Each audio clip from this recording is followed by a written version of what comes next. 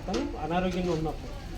Second thing ఏంటంటే అదే IP bed rest, ఇది ఇటువంటి కాదు, బెడ్ రెస్ట్ కాకుండా సపోజ్ అతను ఎంప్లాయ్మెంట్ టైం అనేది ఉంటుంది. ఫర్ ఎగ్జాంపుల్ నేను ఒక స్కూల్లో 9 నుంచి 4 o'clock వరకు నేను నా వర్కింగ్ అవర్స్, ఒక 20 kilometers డిస్టెన్స్ నుంచి నేను ట్రావెల్ చేసి స్కూల్కి రీచ్ అవ్వాలి.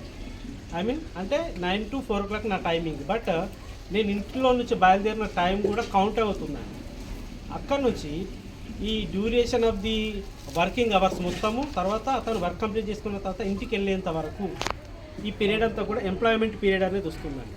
ఈ ఎంప్లాయ్మెంట్ పీరియడ్లో అతనికి అన్ఫార్చునేట్గా ఏదైనా జరిగినప్పుడు, డిజబిలిటీ వచ్చినప్పుడు, త్రూ యాక్సిడెంట్స్ అవనివ్వండి, లేదంటే స్ట్రోక్స్ అవనివ్వండి, లేదంటే లైక్ పారాలిసిస్, లేదంటే ఇటువంటి కేసుల్లో ఈ డిజేబుల్మెంట్ అనేది వస్తుంది.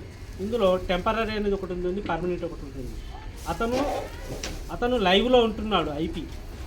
ఈ ఎంప్లాయ్మెంట్ టైంలో అతనికి అన్ఫార్చునేట్, ఫర్ ఎగ్జాంపుల్ ఒక ఎగ్జాంపుల్ తీసుకుంటాను, ఒక యాక్సిడెంట్కి అతను గురయ్యారనుకోండి. ఆ టైంలో ఏమవుతుందంటే ఇది ఎంప్లాయ్మెంట్ ఇంజరీ కింద మేము కన్సిడర్ చేస్తూ ఇన్వెస్టిగేషన్ అంతా ప్రాసెస్ కంప్లీట్ చేసిన తర్వాత అతనికి సపోజ్ ఒక 5 days బెడ్ రెస్ట్ ఉండనివ్వండి, 1 month ఉండండి, 1 year ఉండనివ్వండి, ఆ పీరియడ్ మొత్తానికి కూడా అతని యొక్క గ్రాస్ సాలరీలో 90% అనేది శాలరీ త్రూ ఈఎస్ఐసి ద్వారా అతనికి క్రెడిట్ అవుతుంది. ఇది ఎప్పటివరకు అతను ఎప్పుడైతే ఆ డిసీజ్ అంటే ఆ యాక్సిడెంట్ అక్కడ అయిన తర్వాత అతను ఫిట్ అయ్యేంత వరకు కూడా ఈ 90% వస్తుంది. ఇది టెంపరీగా ఇచ్చేది. ఫర్ ఎగ్జాంపుల్ ఈ డిజబిలిమెంట్ అనేది పర్మనెంట్ కూడా కన్వర్ట్ అవుతుంది. ఎప్పుడు అంటే కొన్ని ఇండస్ట్రీస్ లేదంటే కొన్ని మెషినరీస్ దగ్గర అతను ఎంప్లాయ్ అనేది వర్క్ చేస్తున్నప్పుడు ఈ ఎంప్లాయ్మెంట్ టైంలో అతనికి సిక్ అయినప్పుడు కొన్ని ఇండస్ట్రీస్లలో కొన్ని కట్ ఇంజురీస్ అవుతాయి, క్రష్ ఇంజురీస్ అవుతాయి.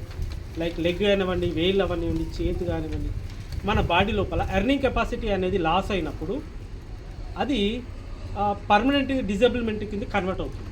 ఇది మన మెడికల్ బోర్డు టీం వాళ్ళు డిసైడ్ చేసిన తర్వాత ఒక పర్సెంటేజ్ అనేది ఇచ్చిన తర్వాత అతనికి పెన్షన్ రూపంలో అతని లైఫ్ లాంగ్ ఈ బెనిఫిట్ అనేది వస్తుందండి. అతను ఎర్నింగ్ కెపాసిటీ ఎంత కోల్పోయాడో ఆ పర్సెంటేజ్ బట్టి పెన్షన్ అనేది డిసైడ్ అవుతుంది. అది డిజబిలిమెంట్ బెనిఫిట్ అండి.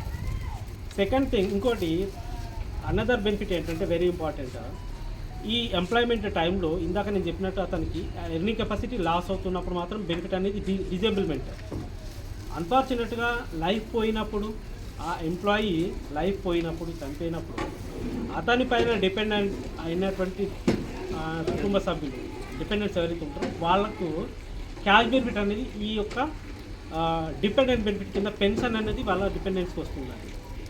ఇది 90% ఆఫ్ ది గ్రాస్ సాలరీలో ఆ అమౌంట్ని వాళ్ళ కుటుంబ సభ్యులకి షేర్ అవుతుంది. ఎవరెవరికి? స్పోర్ట్స్కి, తర్వాత పేరెంట్స్కి, అతని తర్వాత చిల్డ్రన్స్కి. సపోజ్ మేల్ అయితేనేమో 25 ఏజ్ వచ్చేంత వరకు అతనికి పెన్షన్ వస్తుంది. ఇన్ కేస్ డాటర్ అయితే ఆమెకి మ్యారేజ్ అయ్యేంత వరకు ఈ పెన్షన్ అనేది వస్తుంది.